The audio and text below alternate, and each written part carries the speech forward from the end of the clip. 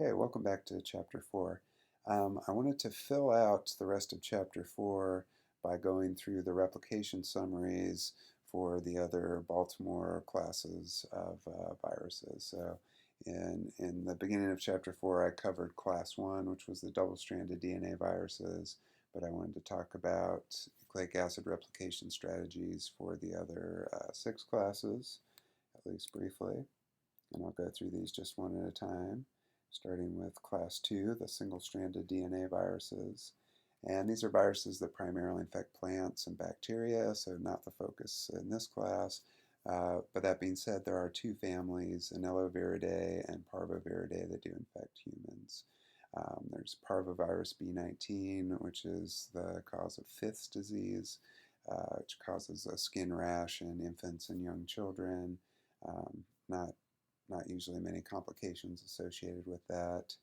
Um, from Anelloviridae, there's the torctenovirus, which is believed to be completely asymptomatic but extremely prevalent. So in some populations, just based off of antibody testing, they say 100% of the population in some instances may be infected, but not thought to cause any human disease. These single-stranded DNA viruses in class 2 are non-enveloped. They're icosahedral, small icosahedrons, and they similarly have very small genomes, uh, less than 10 kilobases, usually between 4 and 6. And so because their genomes are small, they don't carry a lot of genes with them to bring their own proteins to the table.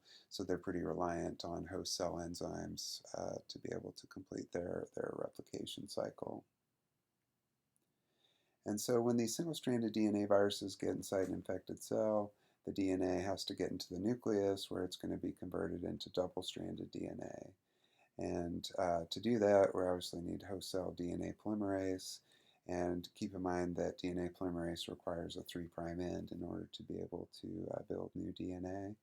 So in the parvoviruses, they carry out what's called self-priming, which is where one end of the single-stranded DNA contains sequences that are capable of forming complementary hydrogen bonds, base pairs with each other, hydrogen bonding pairs. And so the DNA can fold over, forming what's called this hairpin loop.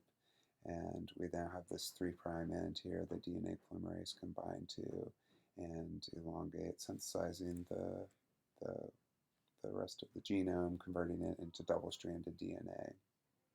Once it's double-stranded, then cellular or nuclear RNA polymerase II can transcribe the genes in the viral genome, and DNA polymerase can replicate that double-stranded DNA just as it would normal nuclear DNA. And so really this is very similar to what we talked about in class 1, just with the addition of that extra step of converting the single-stranded DNA into double-stranded. But once we have that double-stranded DNA, we have the same concerns of, okay, we've got to transcribe and translate the genes in the viral genome. Some of those proteins that are produced will probably be required for assisting with replication of the viral genome. And once we have copies of the single-stranded genome and we've got the necessary proteins, then we can start assembling new virions. And those particles can leave the cell and go about their business. Class 3 is the double-stranded RNA viruses. These are also non-enveloped, icosahedral, but one defining characteristic of the double-stranded RNA viruses is they have segmented genomes, meaning multiple RNA molecules making up the genome. And we've got 2 main families that infect humans, Rioviridae, which includes rotavirus, causes severe diarrhea and nausea, Picobirnaviridae, which is associated with gastroenteritis in humans. You can see here rotavirus has 11 genome segments, whereas the Picobirnaviridae have typically 2 genome segments, so pretty big difference there. Since these are RNA viruses, they actually don't need to enter the nucleus. They usually can do everything in the cytoplasm. They don't need any of that DNA replication machinery that would be found in the nucleus. so they can often stay cytoplasmic.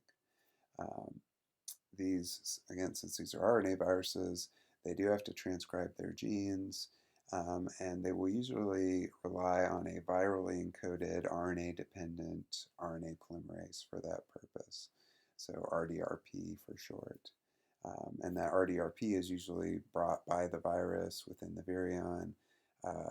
That protein is already present in the virion, so the transcription can basically start as soon as the virus uncoats in the cytoplasm of the cell.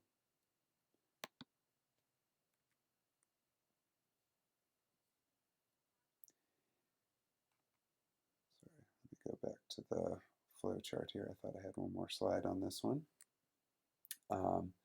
So again, we've got our double-stranded RNA genome here, right? That RDRP that came along with the virus will be responsible for transcription of messenger RNA.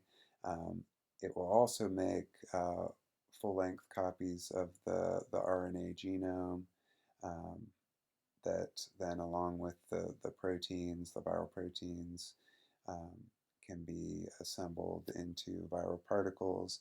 And usually, as or after assembly is occurring, the RDRP will convert the single-stranded, essentially mRNA copy of the full genome into a double-stranded copy. So we're basically then back where we started. Okay, so that's class 3. Class 4 is the positive sense single-stranded RNA viruses. And we have this distinction between positive and negative sense RNA. Positive sense just means that the RNA is capable of acting as mRNA and can be directly translated by ribosomes in the cell, whereas negative sense cannot. We would have to make a complementary copy, make a positive sense copy in order for translation to occur. So these positive sense single-stranded RNA viruses are basically have messenger RNA as their genome. It's a good way to think of it. So as soon as it gets inside the cell, right, it can hook up with a ribosome and start cranking out viral proteins. Because of this fact, these viruses are said to have infectious genomes. So if any of this viral RNA, irrespective of whether it's, in the form of a full viral particle or not, as long as any of the RNA actually gets inside your cell, then that cell would be infected. Doesn't need really any of the other viral components once it's in the cell. So, really the only other thing that might have to happen is we might need capping and polyadenylation, right? Modification of the ends just so that the cell recognizes it as a messenger RNA, although some of these viruses have what are called iris sequences that basically mimic those caps and poly-A tails so that as soon as it's in the cell, the virus sees it, or the cell sees the virus as a messenger RNA. And if we look at the flow chart here, we see we've got that positive sense RNA genome, right, can begin producing proteins immediately. Those proteins are going to include the RNA-dependent RNA polymerase, which will be used to synthesize a negative sense copy called the antigenome. And then that same RDRP can use that negative sense antigenome as a template for cranking out a bunch of copies of the positive sense RNA, right? So we're amplifying that original genome, and then along with the proteins that were produced, we can assemble those into infectious particles. And coronaviruses are positive sense RNA viruses, so they fall into this category along with quite a few other well-known viruses, things like polio,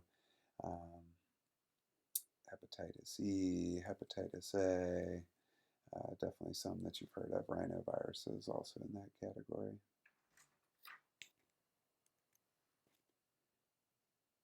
And what's pretty typical in many of these positive sense RNA viruses is the the entire genome will basically be translated as one large polyprotein, as it's called, and then that polyprotein will get cleaved, in this instance, into 3 segments, and then each of those 3 segments gets further cleaved into individual proteins.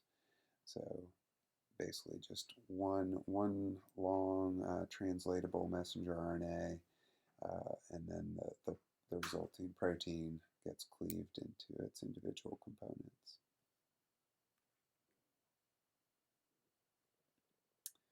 And I think I already mentioned this. Yeah, this was just emphasizing the fact that we have to make that anti-genome copy to serve as the template for producing our positive sense RNA before we package up the virions.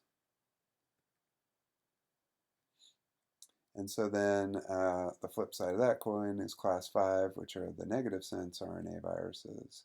And as we discussed, right, the negative sense does not act as a messenger RNA, so these viruses have to bring their own RNA-dependent RNA polymerase in the virion, just like the double-stranded RNA viruses did that we discussed already. And then the viral messenger RNA is going to be immediately transcribed from that single-stranded RNA genome by the RDRP. So we see we've got the genome, we've got RDRPs creating messenger RNAs, which will be used for translation and production of viral proteins. But then we also have the RDRP creating an anti-genome copy, which in this case will be the positive sense copy, and then that will serve as the template for creating more negative sense copies. But again, once we've got our viral proteins and additional negative sense copies, we can begin assembly of virions.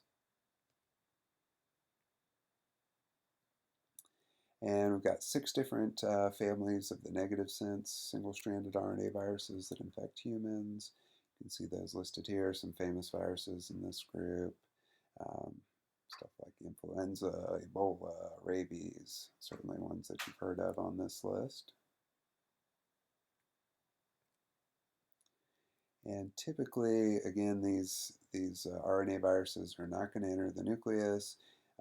Influenza virus is an exception for reasons we'll talk about later.